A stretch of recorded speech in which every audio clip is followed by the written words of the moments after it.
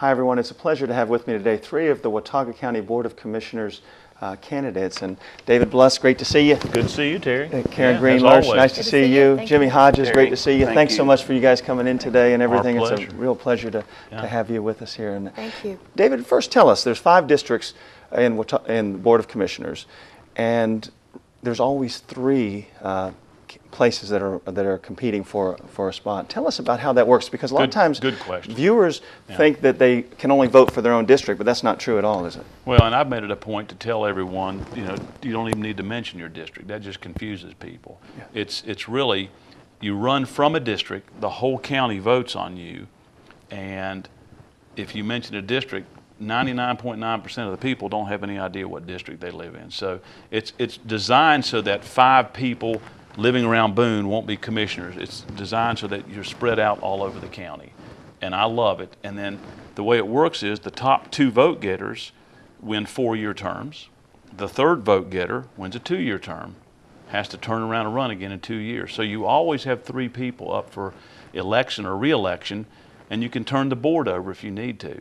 And out of 100 counties in North Carolina, there's probably a 4th of them do it that way. They're all different, but I like that. I like the fact that you can turn the board over every 2 years if you need to. Yeah, I think it's and you always have 2 experienced, for lack of a better word, that's right, commissioners on the board. That's a great question, because I was just asked the other day, they said, I can't vote for you, can I? And I said, yes, you can. The whole county can vote. So that's a great opening question. And so you all end up in a situation where, although you're all running, you're not running against each other. You're running, it's paired up, isn't it? So tell us about how that works too. We all have opponents. Yeah, you all have opponents. You always have three running, and if you field candidates, it'll be 3 on 3. Yeah. And it usually works out that way. So Karen, let's start with you then. Talk about your background. Obviously, you grew up here in Watauga County. Yes. Your family's been here since the 1800s. Yes. And just tell us, all of your background and your family here. Well, my family moved here. I'm not exactly sure of the date. I know that my great-great-grandfather's tombstone reads 1838.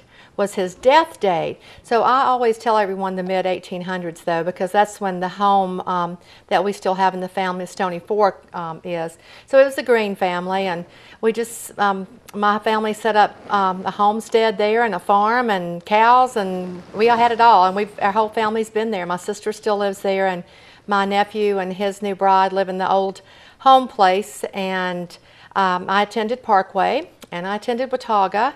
And my dad was the late Bill Green. It was William Green, but everyone called him Bill. And I moved away for a bit. I was a police officer in Wilkesboro and a UPS driver out of Wilkesboro. And then I moved to Greensboro for a bit. But I've been back home for 15 years, married to my high school sweetheart, Bert. And his family moved here in '73. And we have 3 children, and they range from 19 to 23. Yeah. And only Devin's left. Kenzie, my 20-year-old, just got married. Yeah, and this year. I know, and my son's 23, and he was born in Greensboro, and he's down in David's old stomping grounds, so he's down there. So I'm just happy to be home. Yeah, so your family's been here for all these years, and obviously you have a passion for this area then. I do have a passion. That's why I'm running. I'm not a politician. I'm just, all my employment is public servant, and that's what I am. So I don't even want to say I'm a politician, because I'm far from it.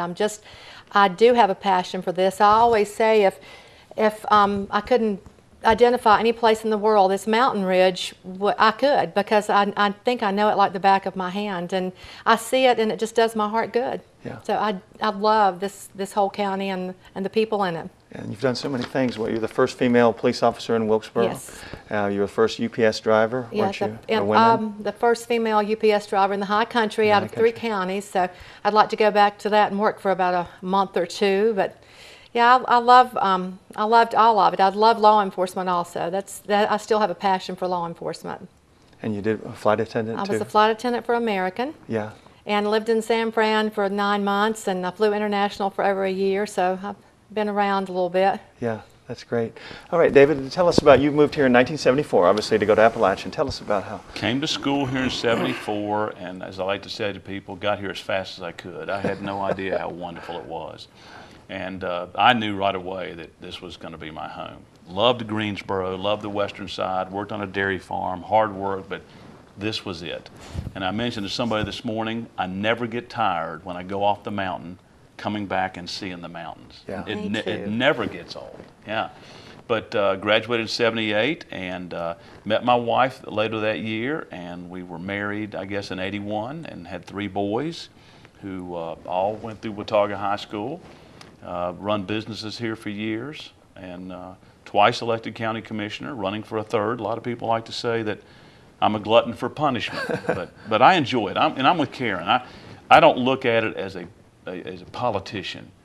I am elected, it's the will of the people, and I serve at their pleasure. And I am a public servant, and I like people to know that. I love to help people with issues. If you can cut through some red tape, if you can point them in the right direction, that's a weekly thing that happens. So I enjoyed it. You've been very much involved in schools too, Grace Academy. Tell us about Yeah, I've been on the board at the Grace Academy, a local Christian school, for the last 5 years since its inception, and served at the old Christian school as the girls basketball coach for 7 years. Yeah. It's one of those where you think you're going to do it for 1 year, and all of a sudden you're it, you know, for a while. So really enjoyed that. That's just been a great opportunity, and I serve on a lot of boards. I'm on an apple cart board. I serve on I think Blue Ridge RC&D, just so many of them. As a commissioner, you do that, and Jimmy knows that. Jimmy's been a commissioner twice.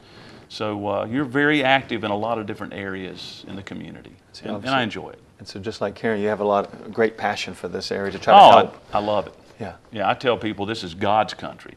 And now last winter, I started having my doubts a little bit with that cold weather, but I do. I love it here. Yeah. And Jimmy Hodges, tell us about you, because obviously your family came here in the 1700s. So I mean, your family's been here really as long as there's been, back to the days almost the Over Mountain men here. Been here about as long as there's been people here. No, they really tell me that my family was one of the first 3 settlers in this county. The other 2 being Hicks and Holtzclaw and Hodges. My family actually settled in the Hodges Gap area, just out 105 there. And of course, I've been here all my life, and I grew up just west of town off the 105 bypass and lived there until about 10 years ago, when I lost my first wife in '02, and then remarried Glenda Trivett, Hodges now, from Vilas. And of course, Glenda was involved in Relay for Life for many years. Many people. She ran Well, yeah, she co-chaired it. Yeah, that's but right. Anyway, and she certainly did a great job with that. But have 3 sons. They all reside locally. Have 8 grandchildren and 2 great-grandchildren. So I have 3 generations to follow me, I guess, which makes us 10 generations in all. So, but anyway, I served on the Board of Commissioners from 1996 through 2004. During that time, served as chairman and vice chairman, and served on many boards, especially during that time. But I guess the reason I'm running for commissioner again is my respect for the people of this county, and of course I do have a lot of respect for the people that grew up here, for people that have moved into the area, and we have to work together to make a better county. So I don't know if my 3 sons, 2 of them are involved in business with me. My other son is in law enforcement here in the county, and I've been a small business owner all of my adult life, and so just proud of Watauga County and proud of the people, and hope to make it an even better place for our people. Yes, you have a great passion for it too, and you're obviously fully invested. Your family's been fully invested here for all these hundreds of years. Karen, tell us about it. Now, it's very important, isn't it? Because education is a big topic right now and a big issue across the state. People working together, everybody coming together and try to work together, and tell us about what your views are on with education and everything. Well, as I said before, I feel like that we conservatives kind of get a bad rap of how we feel about the teachers, but we're very passionate about the teachers. I've said before, in my mind and in my heart, I know my teachers and I remember my teachers, and we do want the best of the best here and the cream of the crop here. We want to entice teachers to stay, and we want to entice teachers to come here, and we do want their benefits to be good and their pay to be comparable to any other state's pay. So we do have a passion for the teachers, and like I said, we do get a bad rap, but it's totally wrong. I think David was saying earlier, we've given more money to the teachers. This is the first year, right? I mean, there's more money this year than ever. To the local operating budget, this Board of Commissioners, the three conservatives, they voted for the budget. The two Democrats did not. More money than ever been given before. And I'm real proud to say that the last 4 years that I've been on, we've increased the local operating budget by $1.2 million.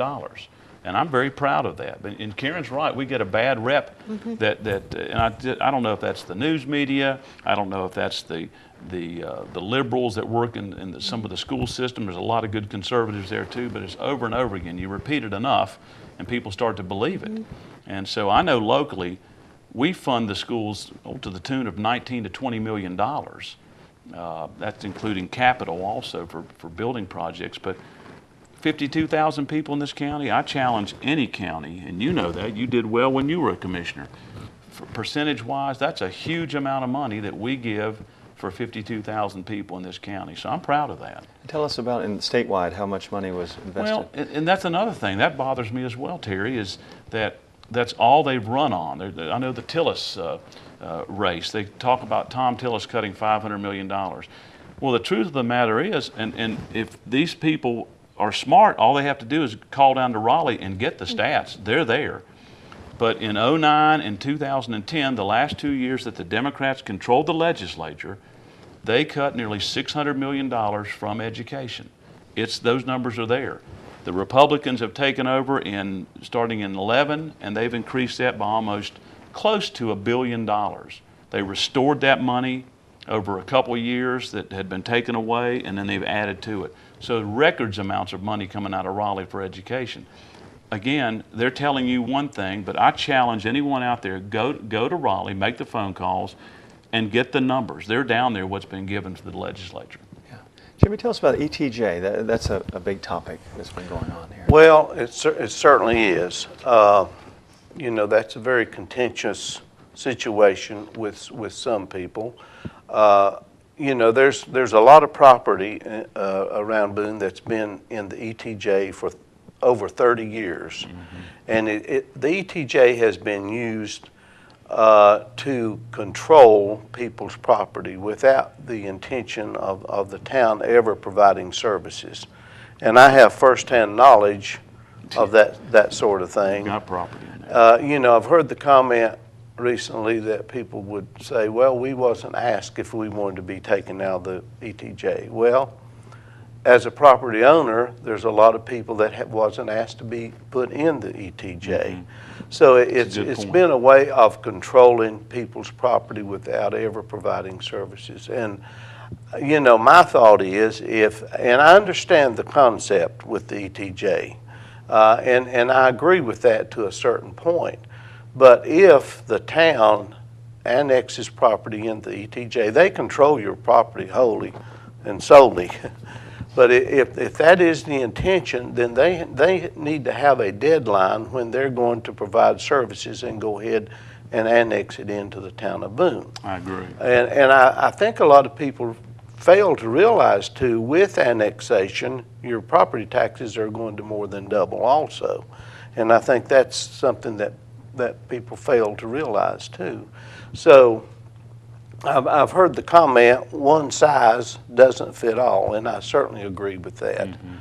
I know of property along the main corridors that's zoned farming. Well, on the other hand, we need to have property that can be used for commercial use, for development, for commercial use. And also, when you do that, you're increasing the tax base. And, you know, that's something I think that the county, the town needs to look at is to provide areas for development. And also, that will increase your tax base. And, you know, that's the only income the city council has is taxes. It's the only income the commissioners have is taxes. So it just makes sense to me. And you know, it's, while we're kind of on that subject, I want to address the old high school property. That's been a big Bone of contention. Exactly. And looks like it'll continue to Yeah. be. But we need to have a meeting of minds with the town council, the board of commissioners, and we need to come together and find, there must be something that we can best? agree on, Yeah. and then go from there and work together for the benefit of all the people in the town and the county, because we are one people, whether we will agree with that or not, but we are, and we need to work together on some of these issues. Well, a point you're not mentioning here, and I will, is the ETJ is going to disappear December 31st. January 1st, it falls under the auspices of the county. The county has, and you've been part of this for years too, with the planning board and the board of adjustment and commissioners, where you've been working on having good regulatory ordinances in place. And so we've been meeting with people. We've had the planning board go out 3 times and meet with the citizens of the ETJ to see if, okay, does something need to be tweaked? Does an ordinance need to be looked at that the county has? But here's the difference. The people that are in the ETJ right now, they're controlled, but they don't have a vote. They don't have a vote. Now they're going to fall under the county, and they can actually vote for their people. So there's been a problem with that, and I think that's one of the reasons I don't believe the town of Boone wanted them voting in their elections. There was people, as Jimmy mentioned, 25 and 30 years they've been in the ETJ and never been brought in. If someone that, and I do have some land in the ETJ, you know, if I lived there, I would certainly want to vote for the people that controlled me, and that's just not been available, and I don't think that's right. Well, excuse me, but I do want to say too, I attended these meetings, these community meetings that have been held, and there are areas, there are certain neighborhoods that need protection, Yeah. and all from that the ETJ provides or right. zoning would provide. But on the other hand, as I said earlier, a one size does not fit all. So each area needs to be designated on its own merits, and a lot of study, I think, needs to go into that process. And I think that's what they're doing and right now. certainly, Yeah. as I said, there's areas that need control. There are areas that need to be set aside for commercial development and all. So I think the county is certainly working towards that. And you know, the county have a lot of ordinances in place. Yeah. To protect high impact industry and that sort of thing already. Been working on that for years. Absolutely. I know you were there in '96, and I came on in 2002, and so that's a constant. That goes on all the time, where the commissioners get to appoint members to the planning board and the board of adjustment, and they look at these things constantly, and so we're always tweaking these things. But now it's a do or die situation for all of these folks, and yes, I know they're meeting, I guess, feverishly. They've had a number of meetings with citizens, and then they've been meeting with themselves, going over some of this data. What's your thoughts, Karen? Well, I was just going to say, I think there's a big difference between control and protection, and it seems to me from the census that I get from everyone, they were more controlled, and I don't know about the protection. Some folks that I've talked to are happy. One man came in the meeting, he said, now I get to build a carport without having to get permission to build a carport. And I know that in town, I won't say, but my in-laws' business couldn't paint some yellow around their building because of I guess the rules and regulation. If Boone would just let up a little bit, we could get some businesses in here. And like Jimmy and David said, all work together. We all need to work together for this county, not just the town having control, but the county and all of us. Now, Jimmy and David, you guys obviously business owners for a lot of years. Tell us about economic development, because that's a key issue here too. Well, I know, I'll go first. I know that we have an EDC, Economic Development Council, and they do a good job. They're always meeting and always coming before us and giving us reports. But my big thing with them is when I drive around and look at this town, Blowing Rock, this county, there are so many businesses that are not there. And, you know, we've talked about a business park, and I think at the right time and the right place for the right money, that will come one day. But in the meantime, I would concentrate on all the smaller areas. I mean, right now down here, we've got Kmart sitting there. I mean, I went from the traffic light at Wendy's out toward Avery County, which is also God's country. That's where you're from. But it's amazing just the number of businesses and vacant lots for sale just from that light all the way out to where Perry Yates has got New River Building Supply. So I would like to see us concentrate on that. But again, you've got to come together, like you said, and have meetings with the town of Boone, which we try to do. We're always trying to meet with them and say, how can we come together on this and make something happen? When you are over-regulated, and I think, Karen, you talked about that, over-controlled, that's not good for a good business climate. You've got to have, I guess the right word is balance, and a proper balance in place. And drop the politics. That's what we need to do when Yeah, we're working that's a on the good town point. business. Drop the politics and get together and sit down and talk about it. Well, and also I've noticed just within the last couple of weeks, Wilkes County is expanding, having industry come in there, and also Ashe County is having industry come into their counties. If we had somebody that wanted to come here and develop a manufacturing business or whatever, we have no place to put them. And so we cannot compete against these counties that have these large vacant buildings available at a real reasonable price. Another thing is, of course, our land costs. Yeah. But I am a proponent of developing a business industrial park. And we need to get started on that. If we had someone wanting to come in here now, we have no place to put them. So we talk about this, but we aren't doing anything to solve our problem. And of course, this is something that's not going to happen overnight.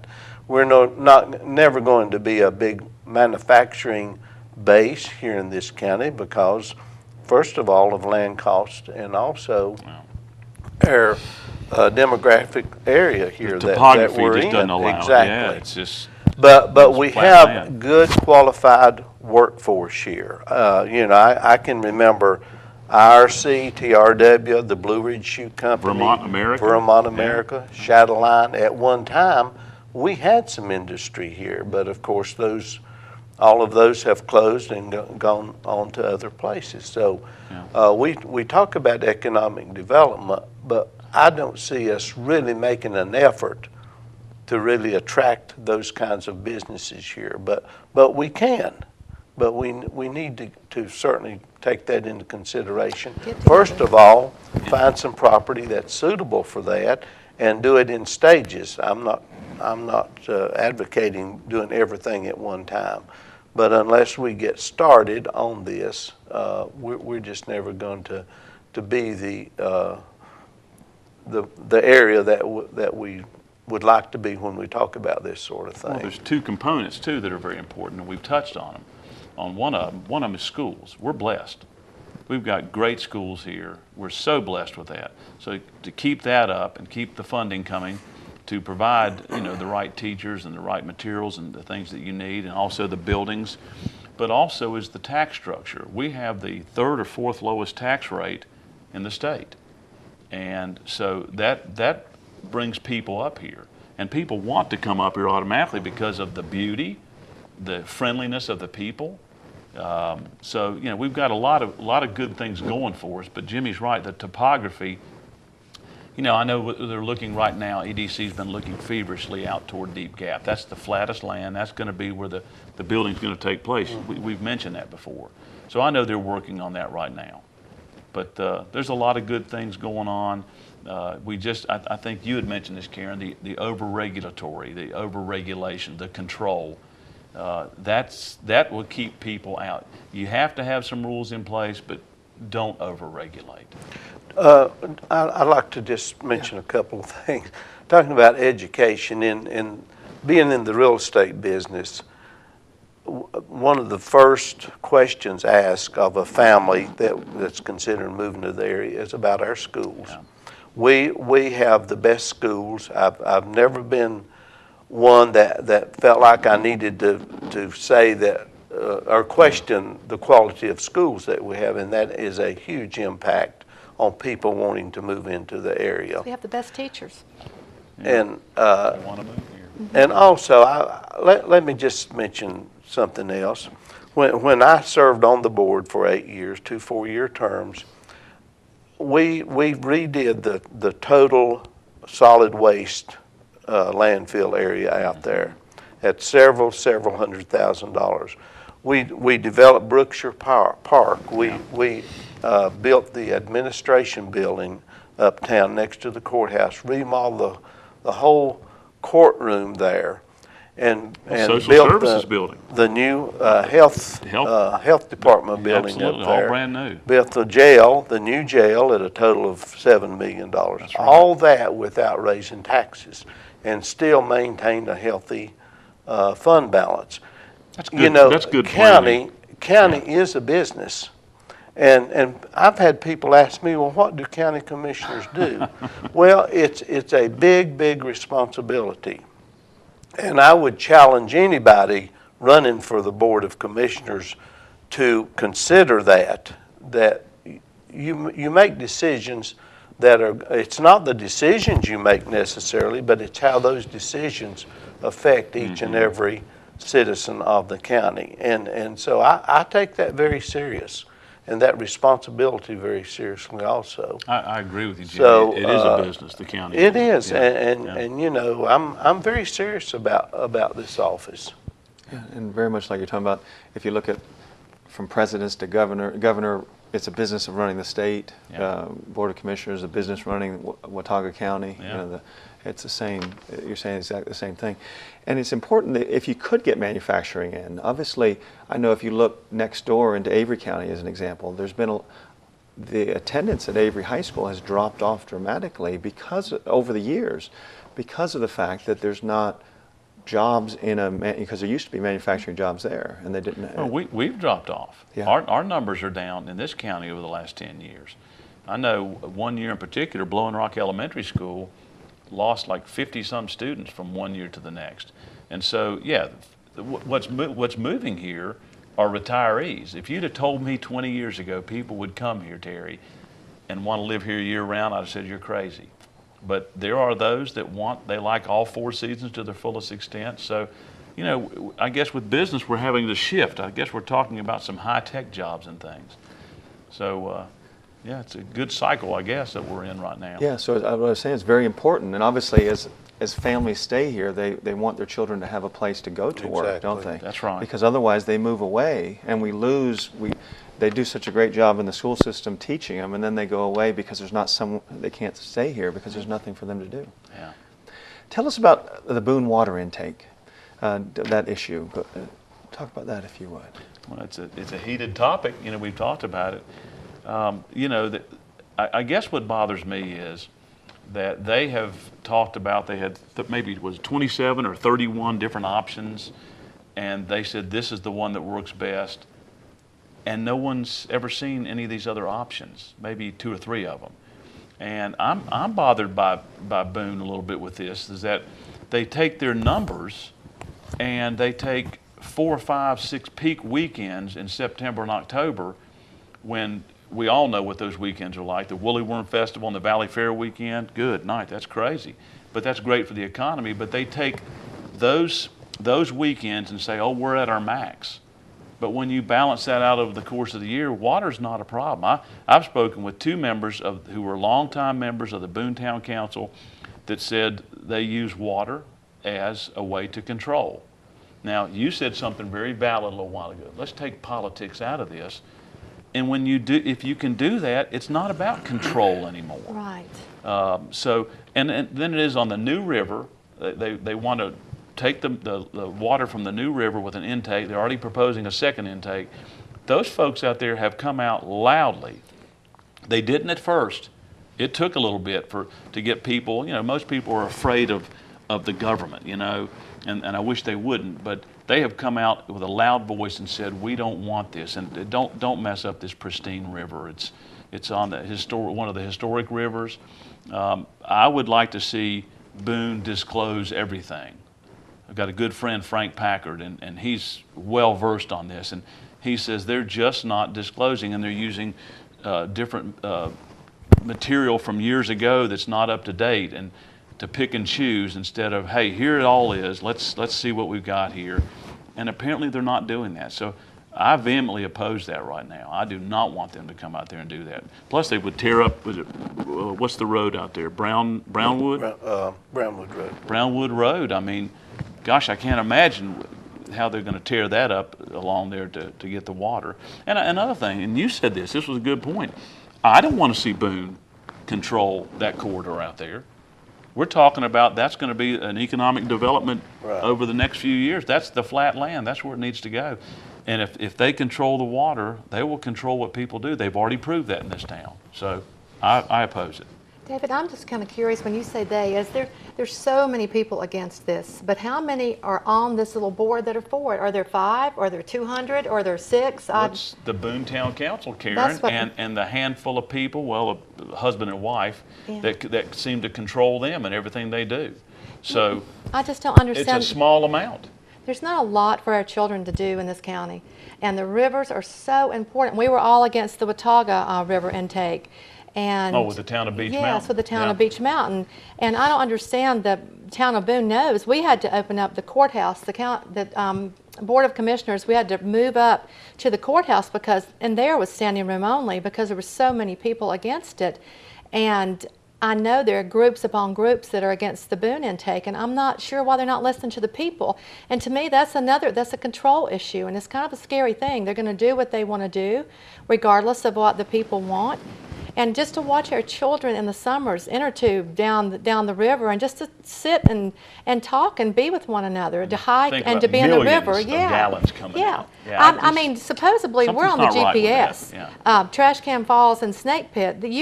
There's schools that come from other counties just to swim in that, and I don't want our waters destroyed. I have no idea why they're doing it, and I would like to know a number as why these few little people think that they can control. Well, we found out, with Beech Mountain that over 50% of their problem was with their own lake up there and their own old rusted pipes. They were losing millions and millions of gallons of water. And we basically said, and this was unanimous, we all knew this was common sense, clean up your situation first, and then let's talk about it. And I just wonder if Boone might be the same way. I mean, that's some old system up there. Well, we've heard the term water grab. That doesn't really sound good to me, but I'll leave that up to everybody's interpretation.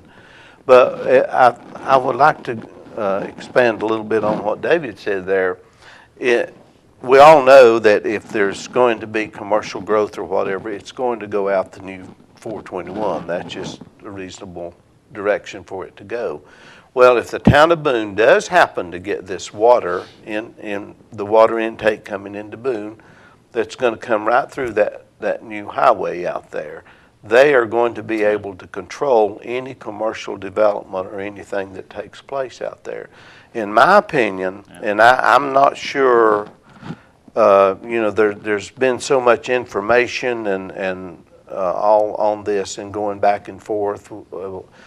The people in Ashe County are very organized on this, and they have the details.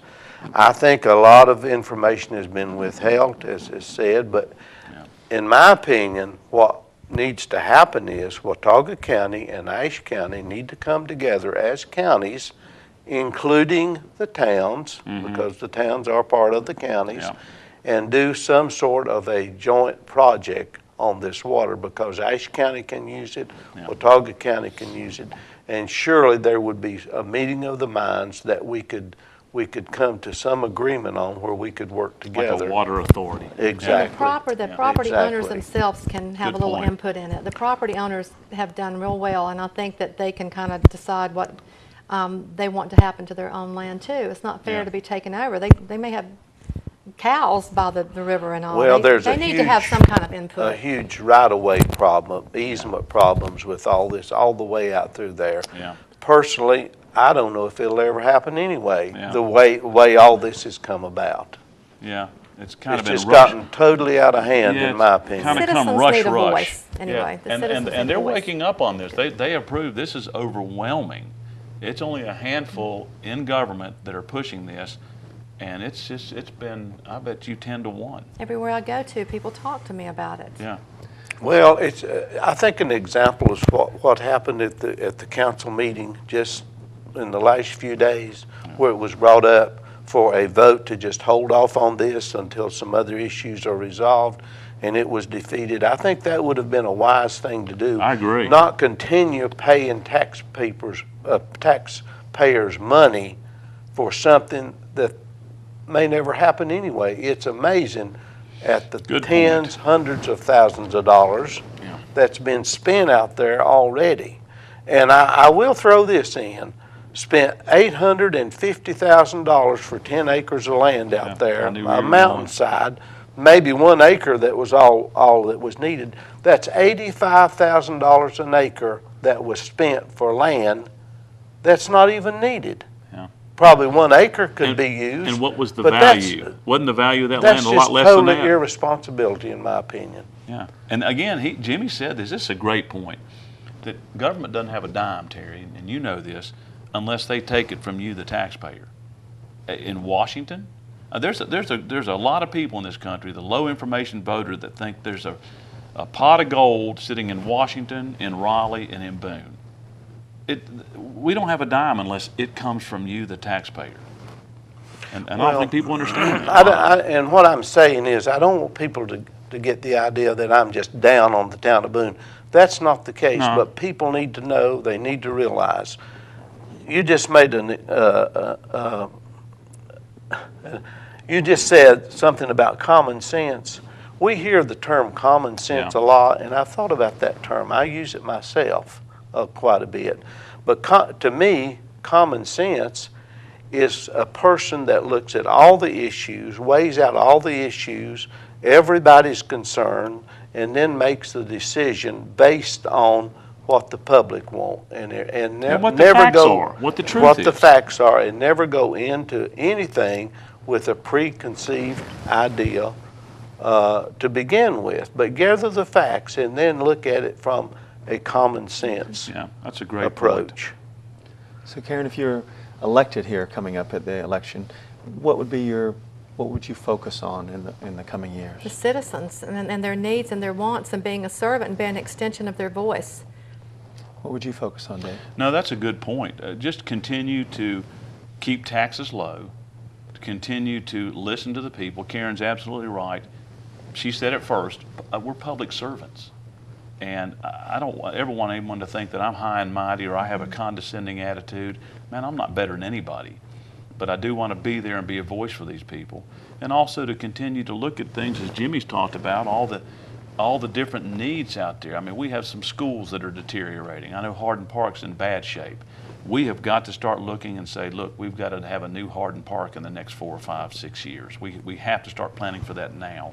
Valley Crucis is in bad shape, part of it. Out here at Green Valley, majority of people in this county have moved to the northern part of this county in the last 10 years, and Green Valley's exploding. So we've got those needs, and you made a great point. All these things that were done back in your 2 terms there, that we spent a lot of money on, taxpayers' money, didn't have to raise taxes at all. And I want to continue to be that way. So, yes, understanding who the money belongs to and spending it wisely. Jimmy, what would you focus on? Well, I guess all the citizens of the county, including the town of Boone. Mm-hmm. And, I'm just, I think people that know me know who I am, know my intentions. And I go back to the respect for people of this county, and we have to respect everybody's opinion. We have a lot of people moving into the area, and I'm thankful for that. That's done a lot for the economy of this county. Also, we haven't mentioned anything about ASU.